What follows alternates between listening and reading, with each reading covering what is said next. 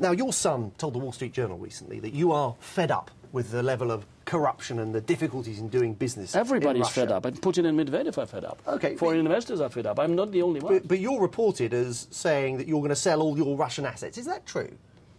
The main reason is not corruption and not the bad investment climate. The main reason is that I want really to concentrate on publishing newspapers and doing investigative reporting. I'm going to be sending a fund to support it.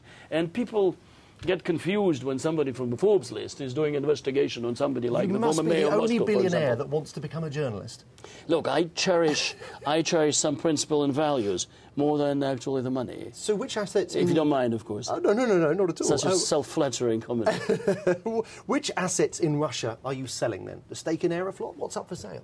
I'm definitely... In fact, I'm on a roadshow here for Aeroflot and the exchangeable bond for the bank. And I love my potato stuff because I love providing 200,000 tons of potato to the people on a yearly basis. Probably Aeroflot, yes. Gazprom, yes. Airlines, aircraft manufacturing, properties, real estate. Probably keeping a stake in the bank and staying with potato and growing into a number of probably 2 or 3 in the world. So you're going We're number 1 in Europe now. So you're going to hold on to the National Reserve Bank, or a stake in it at least. And this is the same bank that this time, well, not this time last year, in November last year, was raided by 30 masked police. You were in the bank, again, reportedly, at the time. Why was the bank raided? This is something which is now checked by the prosecutor's office. The officers who organized the attack and fabricated the case, which police, by the way, took the right way, they've been charges brought against the people who set it all up. And now the prosecutor's office is checking the FSB offices on my public letter. So who authorized the raid? My official position used to be, and hasn't changed, that they did it on their own. This is a typical standard raiders attack. 30 police put on masks and just attacked your bank, or raided your bank. We've sinned against the law of businessmen, and this is something which the people are doing against the law. I hope one day, this is what Medvedev said in St. Petersburg on Friday, they will be taken to court, and then the court would decide whether they're sort of really responsible for what they've been doing. But this is something we need to correct in the country. Corruption. Definitely so. But shall I tell you the following? I mean, Medvedev and Putin are trying to do something about corruption. I'll explain why I've joined the front, by the way. People tend to omit very important elements. Lebedev supports Putin just like that now. It was conditional. We should say, sorry, the All-Russia People's Front. This is an initiative by Vladimir Putin to clean up corruption.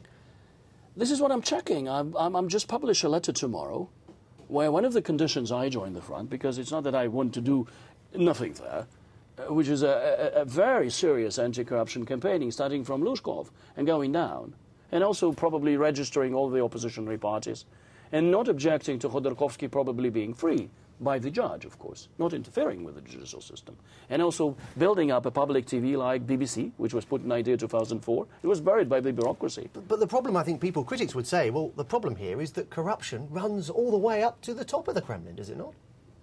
It does. It's not that I'm confirming that neither of the Tandem guys are involved in it. Hopefully not.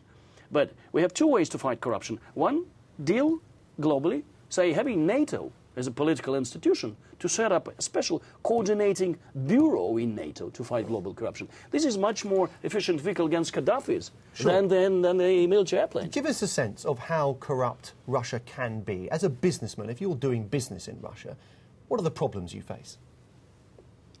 First of all, it's a nation without a future. I mean, I think corruption, it's much worse than apartheid to a country, because if half of your budget is being pocketed by a small group of bureaucracy, which is called kleptocracy, by the way, and the other half is completely misspent on completely unnecessary, for example, sport buildings, which will be used once and then nothing will change, instead of building roads, for example, or providing affordable housing. I mean, so it's much more important for me, as far as the nation is concerned, than me. Otherwise, I could have fled to London, I could have agreed with them. Sure. Why would I publicly actually bring it all to the public's attention? You've always been seen as a bit of a liberal and someone who was happy to speak up and criticise the Kremlin when you felt it's necessary. I hope not only seen as being liberal and democratically minded. OK, right, you see yourself as a liberal, but you are a liberal in your view. But by joining this All-Russia People's Front, I mean, you're not becoming part of the establishment. Are you mellowing in your... Look, 15 conditions.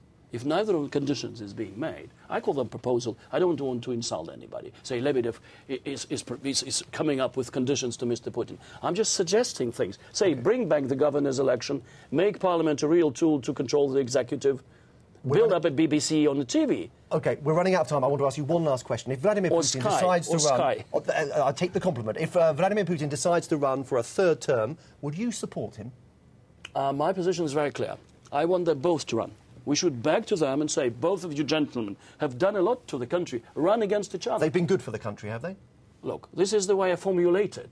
Have they been good for the country? No. Okay. Not always. But if they run against each other, that's the only door to political competition. Why should they be sitting and agreeing of not running? They want to run, both of them. So what's wrong about actually asking them to run against each other?